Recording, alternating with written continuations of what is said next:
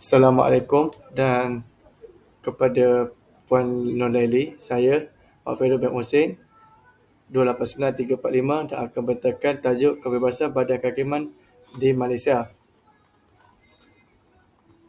Pengenalan, kebebasan badan kehakiman adalah satu hak yang dijamin oleh Perlembagaan Persekutuan dan sesiapa yang dituduh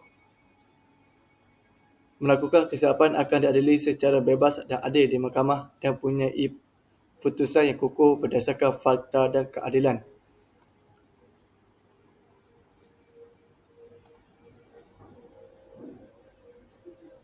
Teori kebebasan.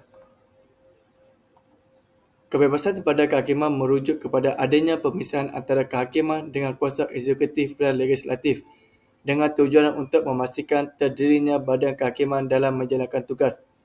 Teori kebebasan badan kehakiman tercermin dalam struktur dan prinsip-prinsip yang diatur dalam Perlembagaan Malaysia. Perlembagaan Malaysia menyatakan bahawa badan kehakiman merangkumi Mahkamah Persekutuan, Mahkamah Rayuan dan Mahkamah Rendah. Kebebasan badan kehakiman di Malaysia juga dijamin melalui pelbagai peruntukan undang-undang seperti Harta Kehakiman 1964 dan Harta Mahkamah Kehakiman 1994.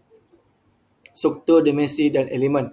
Struktur badan kehakiman di Malaysia adalah berdasarkan kepada 3 tahap pengadilan dari rendah ke tinggi, di mana Mahkamah Rendah adalah akan mengadili paling rendah, diikuti oleh Mahkamah Tinggi dan kemudian Mahkamah Rayuan. Mahkamah Persekutuan adalah pengadilan tertinggi di Malaysia dan dikenali sebagai Mahkamah Agung di negara-negara lain. Dimensi badan kehakiman di Malaysia adalah berdasarkan kepada keadilan dan kesaksamaan sistem undang-undang di negara ini.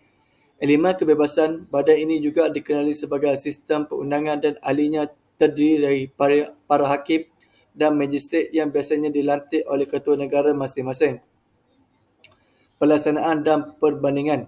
Pelaksanaan kebebasan badan kehakiman di negara Malaysia ini adalah sangat penting untuk memastikan kemerdekaan dan integriti sistem kehakiman berjalan dengan telus dan adil. Malaysia telah menetapkan prinsip bahawa kebebasan badan kehakiman adalah suatu keharusan dan keperluan dalam menjamin integriti, kemandirian dan kredibiliti satu-satu sistem kehakiman itu sendiri. Di negara Amerika Syarikat, kebebasan badan kehakiman dijamin oleh sistem prinsip pemisahan kuasa. Pemimpin badan kehakiman di negara ini dipilih melalui proses yang berkualiti tinggi dan bersifat berdikari untuk memastikan keadilan dan kemerdekaan dalam satu-satu pengadilan yang dilaluinya. Isu-isu yang berkaitan. Terdapat beberapa isu yang berkaitan dengan kebebasan badan kehakiman di negara ini kerana konflik antara kuasa kerajaan dan kebebasan individu. Pemilihan dan pelantikan ketua hakim negara menjadi kerisauan bahawa pemilihan dan pelantikan ketua hakim di Malaysia tidak sepenuhnya dilakukan berdasarkan kriteria-kriteria dan pengalaman mereka itu sendiri, tetapi pemilihan mereka banyak dipengaruhi oleh kuasa-kuasa politik. Kebebasan media memainkan peranan penting dalam menjaga institusi kebebasan badan kehakiman dengan memastikan ketulusan dan accountability. Kekuatan dan kelemahan. Kekuatan kebebasan badan kehakiman di negara ini secara teorinya ialah bebas dari pengaruh golongan politik dan individu itu sendiri. Melaksanakan pelbagai reformasi di bidang kehakiman untuk meningkatkan keadilan dan kecekapan dalam proses mengadili kehukuman. Kelemahan pula iaitu kelemahan utama adalah berkait dengan isu kebebasan. Beberapa pihak berpendapat bahawa badan kehakiman di Malaysia tidak mempunyai kebebasan yang mencukupi untuk menjalankan tugas-tugas mereka disebabkan campur tangan pihak berpengaruh seperti dari golongan orang politik dan orang kenamaan. Analisis kebebasan. Entiti perniagaan bagi mendapatkan keadilan tanpa campur tangan atau pengaruh dari pihak lain, terutamanya agensi kerajaan atau golongan orang politik dan individu berkepentingan. Kebebasan untuk mengeluarkan pendapat atau menjalankan tugas profesional mereka tanpa takut kepada sebarang tindakan yang dikenakan terhadap mereka. Cadangan dan penambahbaikan.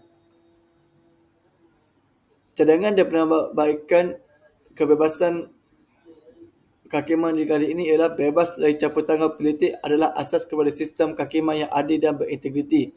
Pelantikan pegawai kehakiman tidak dipengaruhi oleh sebarang agenda politik.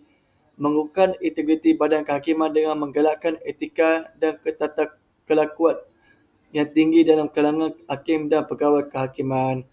Kesimpulannya ialah kebebasan badan kehakiman di Malaysia adalah kritikal untuk memastikan kesaksamaan dan keadilan dalam sistem perundangan negara.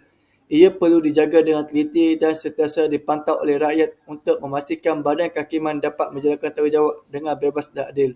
Sekian, terima kasih.